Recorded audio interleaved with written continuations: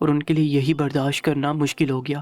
ہمیں پتہ چلا کہ اس ڈاکٹر کا نروس بریک ڈاؤن ہوا تھا اور وہ ہوش میں آتے ہی چیخ چیخ کر اپنے بیٹے کے لیے روتے رہے تھے۔ ابھی ہمیں ان مرنے والے 2 لڑکوں کے بارے میں ہی پتہ چلا تھا کہ ایک لڑکا اپنی بوڑھی دادی کا واحد سہارا تھا، جبکہ دوسرا لڑکا ڈاکٹر صاحب کا اکلوتا بیٹا تھا۔ نہ جانے باقی 3 لڑکوں کے گھروں کی کیا کہانی ہوگی۔ شاید ان میں سے ایسے بھی ہوں گے جو بہنوں کا اکلوتا اور لاڈلا بھائی ہو، یا پھر شاید کوئی ایسا بھی ہوگا جو گھر سے سودا سلف کا بول کر نکلا ہوگا، مگر موت نے ان 5 لڑکوں کو ایک ساتھ دبوچ لیا۔ ابھی تو یہ بھی سمجھ نہیں آ رہا تھا کہ ان کی موت کیسے واقع ہوئی تھی۔ میں ڈاکٹر صاحب سے حادثے کی رپورٹ مانگنا چاہ رہا تھا، مگر مجھے یہ بات مناسب نہ لگی تھی۔ یقیناً بے ہوش ہونے والے ڈاکٹر اور ہمارے سامنے بیٹھے ڈاکٹر بہت پرانے ساتھی تھے، اور ایک کولیگ ہونے کے ناطے وہ بھی اپنے ساتھی ڈاکٹر کے بیٹے کی موت پر بہت افسردہ لگ رہے تھے، اور میں نے محسوس کیا کہ وہ الجھے ہوئے بھی تھے۔ میرا دوست بار بار ایک ہی بات بول رہا تھا کہ مانو یا نہ مانو، ان لڑکوں کی موت کے پیچھے کوئی ایسی بات ہے جو ان سب ڈاکٹرز کو الجھا گئی ہے۔ اب مجھے بھی یہی لگ رہا تھا، مگر یہ بات جاننا میرے لیے فی الحال ناممکن تھا، اس لیے میں خاموشی سے اپنی ڈیوٹی سر انجام دینے لگا۔ مگر شام کے وقت میرا ڈاکٹر صاحب سے دوبارہ سامنا ہوا تو میں نے ڈاکٹر صاحب سے پوچھ لیا کہ ڈاکٹر صاحب کیا کل کیے گئے معائنے کی رپورٹ تیار ہو گئی تھی؟ کیا 5 لڑکوں کی موت کی وجہ پتہ چلی؟ میرے سوال پر ڈاکٹر صاحب نے چونک کر مجھے دیکھا اور پھر خوشمگی نظروں سے مجھے گھورتے ہوئے بولے کہ کیا تم کل وہاں موجود نہیں تھے؟ پھر تم مجھ سے یہ سوال کیوں کر رہے ہو؟ کیا تمہیں نہیں پتا کہ موت کی وجہ کیا تھی؟ میں ان کے سوال پر گڑبڑا گیا۔ میں نے شرمندگی سے ڈاکٹر صاحب سے کہا کہ کل میں پہلی بار معائنے کے لیے موجود تھا اور بہت گھبرایا ہوا تھا۔ میں نے اپنی گھبراہٹ اور پریشانی کی وجہ سے بالکل خیال نہیں کیا کہ میں بھی لاش کا پوری طرح سے جائزہ لیتا، اس لیے میں سمجھ نہیں پایا موت کی وجہ کیا تھی، مگر اب میں جاننا چاہتا تھا۔ میرا تجسس دیکھتے ہوئے ڈاکٹر صاحب نے پہلے تو مجھے تھوڑی دیر اچھی طرح ڈانٹ پلائی اور بولے کہ اپنی حساسیت اور نازک مزاجی کو ڈاکٹری کے شعبے میں ایک طرف رکھنا پڑتا ہے۔ اگر کبھی تمہیں کسی لاش کا معائنہ اکیلے کرنا پڑا تو تم کیا کرو گے؟ میں شرمندگی سے سر جھکائے کھڑا رہا۔ پھر ڈاکٹر صاحب نے گہرا سانس بھرا اور بولے کہ 5 لڑکوں کی رپورٹ بالکل ایک جیسی ہے اور 5 لڑکوں کی موت کی وجہ بھی ایک ہی ہے۔ اب ہم سمجھ نہیں پا رہے تھے کہ اسے ہم قتل کہیں یا پھر طبی موت مانا جائے۔ یہ بول کر ڈاکٹر صاحب نے جب لڑکوں کی موت کی وجہ بتائی تو میں ہکا بکا رہ گیا، کیونکہ 5 لڑکوں کی موت ایڈز کی وجہ سے ہوئی تھی۔ انہیں ایڈز ہوتے ہی اچانک موت واقع ہوگی۔ میں الجھ کر ڈاکٹر کو دیکھنے لگا۔ وہ بولا کہ ہمارا کام یہی بات جاننا تھا، ہم نے یہ سچ پولیس کو بتا دیا ہے، باقی کا سچ پولیس تفتیش کر کے جان لے گی کہ وہ 5 لڑکے کیوں مدرسے سے برآمد ہوئے اور انہیں ایڈز کیسے ہوا۔ میں نے ڈاکٹر صاحب سے کہا کہ اگر ایسی بات ہے تو ہمیں یہ بھی چاہیے کہ اس مدرسے کے تمام لڑکوں کا ایک بار ٹیسٹ کیا جائے۔ ان میں کوئی ایسا لڑکا ہوا جو ایڈز کا مریض تھا تو وہ لڑکا بہت خطرناک تھا، کیونکہ ایڈز کے مریض کا ایک ناخن بھی اگر کسی دوسرے صحت مند شخص کو لگ جائے تو وہ ایڈز کا شکار ہو کر اسی وقت مر جاتا ہے۔ میری بات پر ڈاکٹر صاحب سر ہلا کر بولے کہ تمہاری بات بالکل درست ہے، مگر یہاں ایک بات ہم سب کو الجھا رہی ہے کہ 5 لڑکوں کی لاش کسی لڑکوں کے مدرسے سے برآمد نہیں ہوئی تھی، بلکہ یہ 5 لڑکے لڑکیوں کے مدرسے سے مرے ہوئے ملے ہیں۔ یہ بات سن کر میں کتنی دیر نہ سمجھی اور الجھن زدہ سا ڈاکٹر صاحب کو دیکھتا رہا۔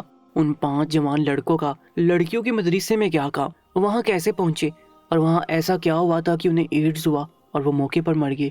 میں نے جب سے ڈاکٹری کا شعبہ جوائن کیا تھا یہ میرا پہلا کیس تھا جو میرے لیے بہت الجھا ہوا تھا، اس لیے میرا متجسس ہونا اور پریشان ہونا فطری تھا۔ مگر ڈاکٹر صاحب کا اطمینان دیکھ کر پتہ چل رہا تھا کہ وہ دن میں نہ جانے ایسے کئی کیسز دیکھتے رہتے تھے۔ میں فوراً وہاں سے نکلا اور اپنے دوست کے پاس پہنچا۔ میں جانتا تھا میرا دوست بھی سچ جاننے کے لیے بے چین ہو رہا تھا۔ میرا دوست اپنی ڈیوٹی سر انجام دے رہا تھا۔ میں نے اپنے دوست کو چائے کے لیے بلایا اور ایک طرف لے جا کر اس کو ساری بات بتا دی۔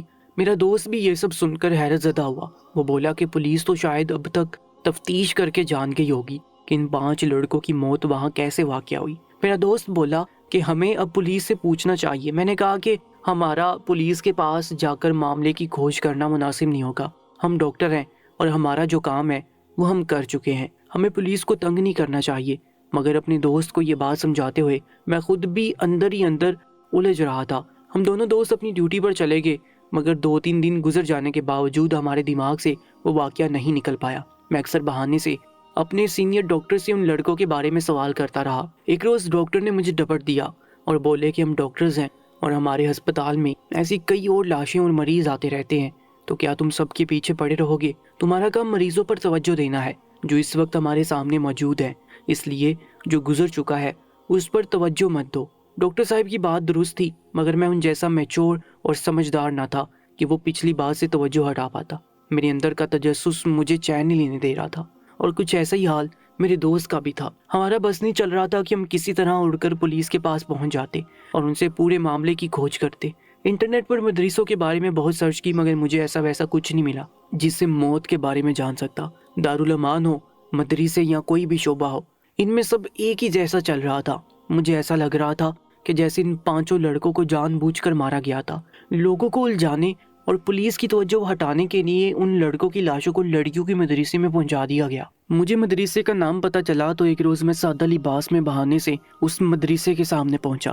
مدرسے کے باہر ایک چوکیدار موجود تھا۔ جو میں نے چوکیدار سے چند روز پہلے والے حادثے کے بارے میں سوالات کیے تو وہ مجھے شک سے دیکھنے لگا۔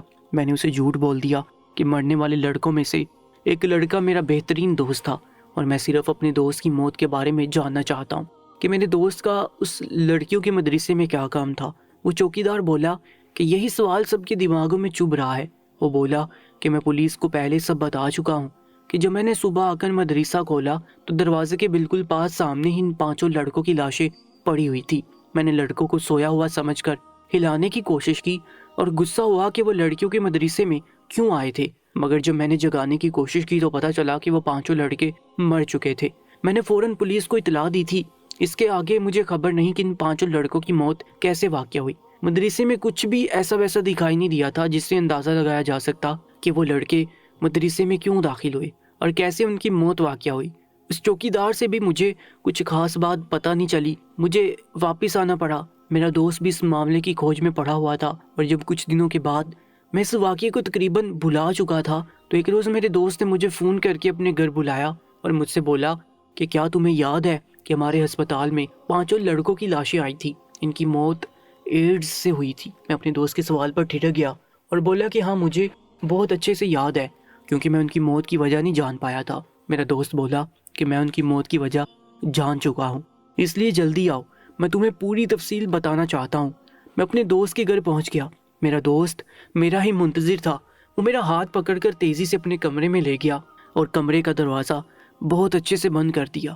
میں دوست کی مشکوک حرکتوں پر حیران ہو رہا تھا تو میرے دوست نے مجھے بتایا کہ کچھ روز پہلے میری امی کی ایک کزن ہمارے گھر آئی۔ وہ بہت بری طرح رو رہی تھی کہ ان کی بیٹی کی طبیعت بہت خراب رہنے لگی ہے۔ ممی سے درخواست کر رہی تھی کہ میں ان کی بیٹی کا علاج اپنے ہسپتال میں کراؤں، کیونکہ ان کا ماحول بہت پابند ہے، اس لیے وہ اپنی بیٹی کو ہسپتال میں غیر مردوں کے پاس علاج کے لیے نہیں لے جا سکتے تھے۔ میں اپنے دوست کی بے تکی کہانی پر اکتا کر اسے دیکھنے لگا اور اسے ٹوک کر بولا کہ تم اپنی کزن کا مجھے کیوں بتا رہے ہو؟ اگر تمہیں اس کا علاج کروانے کے لیے میری مدد چاہیے تھی تو تمہیں مجھ سے جھوٹ نہیں بولنا چاہیے تھا۔ میں یہاں صرف ان لڑکوں کی موت کے بارے میں جاننے آیا ہوں۔ دوست کی غلط بیانی پر غصہ آ رہا تھا، مگر میرے دوست نے زچ ہو کر مجھے دیکھا اور بولا کہ خاموشی سے بات سنو، میں انہی لڑکوں کی موت کی وجہ ہی بتانے والا ہوں۔ اپنے دوست کی بات پر ٹھٹک گیا۔ ایک بیمار لڑکی کا میرے دوست کی خالہ کا لڑکوں سے کیا لینا دینا تھا، مگر مجھے خاموش ہو کر سننا پڑا۔ میرا دوست بولا کہ میں نے امی کے بولنے پر خالہ سے ان کی بیٹی کی ساری رپورٹ لی تو خالہ نے مجھے کہا کہ بیٹا تم ہمارے گھر آ کر میری بیٹی کو چیک کر لینا، اور اگر ضرورت پڑی تو اسے ہسپتال بھی لے جائیں گے، مگر تمہارا سہارا ہوگا تو میں اپنے شوہر کو منا سکوں گی، ورنہ میرے شوہر پردے کے سخت پابند ہیں اور اپنی بیٹی کو کسی غیر ڈاکٹر کے حوالے نہیں کرنا چاہتے۔ میں خالہ کے اصرار پر ان کے گھر چلا گیا۔ جب ان کی بیٹی کا چیک اپ کیا تو مجھے حیرت کا جھٹکا لگا کہ وہ لڑکی حاملہ تھی۔ میرا دوست مزید بولا کہ میں نے خالہ کو بلا کر پوچھا کہ خالہ آپ کی بیٹی شادی شدہ ہے؟ حالانکہ وہ لڑکی ایک کم عمر لڑکی لگ رہی تھی اور شادی شدہ کہیں سے بھی نہیں لگی تھی۔ میرے سوال پر خالہ اور ان کی بیٹی کا رنگ اڑ گیا۔ خالہ پریشانی سے بولی کہ نہیں، یہ کنواری ہے، تم ایسی بات کیوں کر رہے ہو؟ تو میں نے حیرت سے خالہ کو بتایا کہ آپ کی بیٹی ماں بننے والی ہے۔ میری اس بات پر خالہ کی آنکھیں صدمے سے پھٹنے والی ہوگی، جبکہ لڑکی بھی خوف زدہ سی مجھے دیکھنے لگی، جس سے مجھے اندازہ ہوا کہ لڑکی کو اور خالہ کو اس بات کا بالکل اندازہ نہیں تھا۔ خالہ نے گھبرا کر اپنی بیٹی کو دیکھا اور بولی کہ یہ تو گھر سے کہیں نہیں جاتی اور ہمارے گھر میں کبھی کوئی غیر محرم مرد نہیں آتا۔ میں بھی اس بات پر پریشان ہو گیا۔ خالہ غصے سے اپنی بیٹی کو دیکھ رہی تھی۔ میں نے سمجھایا کہ اپنی بیٹی پر شک نہ کریں، آج کل ہر جگہ بھیڑیے گھوم رہے ہیں۔ مجھے لگا کہ شاید کسی نے لڑکی کی ناسمجھی میں اس کے ساتھ زیادتی کر ڈالی تھی۔ یہ معاملہ میرے لیے الجھ گیا تھا۔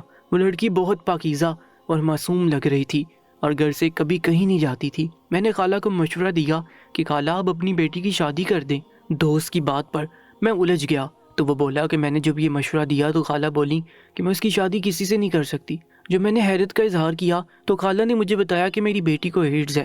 جب ہم نے پہلی بار اس کا ڈاکٹر سے چیک اپ کروایا تو ڈاکٹر نے بتایا تھا کہ اس بچی کو ایڈز ہے، اسے طبی طور پر یہ بیماری لگی ہے، لیکن اب اسے بہت احتیاط سے رہنا ہوگا، اسے لوگوں سے کم ملنا ہوگا کیونکہ ایڈز کے مریض بہت خطرناک ہوتے ہیں۔ اگر ان کی وجہ سے کسی کو تھوڑا سا زخم ہو جائے تو وہ بندہ ایڈز سے مر جاتا ہے۔ خالہ بولی کہ اس روز کے بعد میری بیٹی کمرے میں بند ہو کر رہ گئی، نہ میں اسے کہیں لے جاتی ہوں نہ ہی کسی سے ملنے دیتی ہوں، میں خود بھی دور سے یہ کھانا دیتی ہوں۔ میرا دوست بولا کہ میں اس بات پر الجھ گیا کہ ایسا تو ہو ہی نہیں سکتا کہ یہ معجزاتی طور پر حاملہ ہو گئی ہو، کسی نے تو اس کے ساتھ زیادتی کی تھی۔ میرے پوچھنے پر خالہ نے مجھے بتایا کہ ہماری بیٹی عالمہ بن رہی ہے اور اسے میں اپنی ایک دوست کے مدرسے میں داخل کروایا ہوا ہے۔ جب وہاں سے ساری لڑکیاں پڑھ کر چلی جاتی ہیں تو شام کو تعلیم لینے کے لیے میری بیٹی اس مدرسے میں اکیلی جاتی ہے۔ میرے دوست نے اس مدرسے کا نام بتایا تو میں چونک گیا کیونکہ یہ وہی مدرسہ تھا جس میں وہ 5 لڑکے مرے ہوئے ملے تھے۔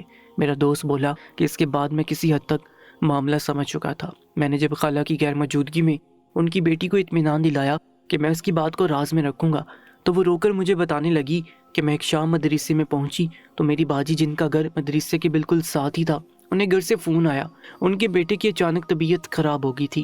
باجی مجھے تھوڑی دیر کے لیے مدرسے میں چھوڑ کر اپنے گھر چلی گئی۔ میں مدرسے میں اکیلی رہ گئی۔ وہ 5 لڑکے مدرسے میں داخل ہوئے۔ وہ لڑکی کسی گھر میں چوری کرنے گئے تھے مگر وہ کسی پولیس والے کا گھر تھا، اور جب پولیس کا عملہ پہنچا تو لڑکے پولیس کے ڈر سے بھاگ کر مدرسے میں پہنچے اور چھپ گئے۔ مدرسہ بالکل خالی تھا۔ لڑکوں نے جب وہاں پر مجھے اکیلا بیٹھا ہوا دیکھا تو ان کے اوپر شیطان حاوی ہو گیا۔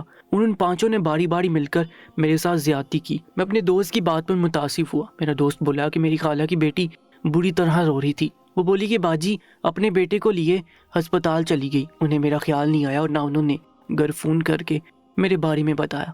میں ان لڑکوں کی درندگی کا شکار بن گئی اور کسی کو خبر تک نہ ہوئی۔ میں بہت مشکل سے خود کو سنبھال کر باجی کے گھر کا دروازہ پار کر کے ان کے گھر پہنچی۔ باجی اسی وقت ڈاکٹر سے اپنے بیٹے کو دکھا کر لائی تھی۔ وہ مجھے دیکھ کر گھبرا گئی، مجھ سے معافی مانگنے لگی کہ وہ میرے بارے میں بالکل بھول چکی تھی۔ لڑکی بولی کہ میں اپنی حالت اپنی بڑی سی چادر میں چھپا گئی۔ باجی نے مجھے گھر بھیج دیا۔ میں گھر آئی تو بخار میں جلنے لگی۔ میرے والدین کو لگا کہ اس مدرسے سے میں اکیلے ہونے کی وجہ سے بری طرح ڈر گئی۔ اس روز کے بعد سے میں مدرسے میں واپس نہیں گئی۔ میں کسی کو نہیں بتا پائی کہ اس رات مدرسے میں میرے ساتھ کیا ہوا تھا۔ وہ روتے ہوئے بولی کہ ان لڑکوں کو کبھی معاف نہیں کروں گی۔ تو میں نے اسے بتایا کہ وہ 5 لڑکے اپنے انجام کو پہنچ گئے تھے۔ تمہارے ساتھ غلط کرنے کے بعد جب انہوں نے مدرسے سے نکلنے کی کوشش کی تو وہ وہیں مر گئے کیونکہ اس لڑکی کے ساتھ زیادتی کرنے کی وجہ سے انہیں ایڈز ہو گیا تھا۔ ان 5 لاشوں کا وہ معاملہ تو حل ہو چکا تھا مگر مجھے اس لڑکی کا دکھ ہو رہا تھا اور میں اللہ کا انصاف بھی دیکھ چکا تھا کہ کیسے ان 5 لوگوں کو ان کے گناہ کی سزا اللہ نے دنیا میں ہی دے دی تھی اور وہ بڑی جوانی میں ایڈز کی وجہ سے موت کے منہ میں جا چکے تھے۔ دوستو ایسی ہی سبق مجھ کہانیوں اور سچے واقعات کے لیے ہماری یوٹیوب چینل کو سبسکرائب کر لیجیے گا۔ انشاءاللہ ملاقات ہوگی ایک نئی کہانی کے ساتھ۔ اپنا بہت زیادہ خیال رکھا کریں، تب تک کے لیے اللہ نگہبان۔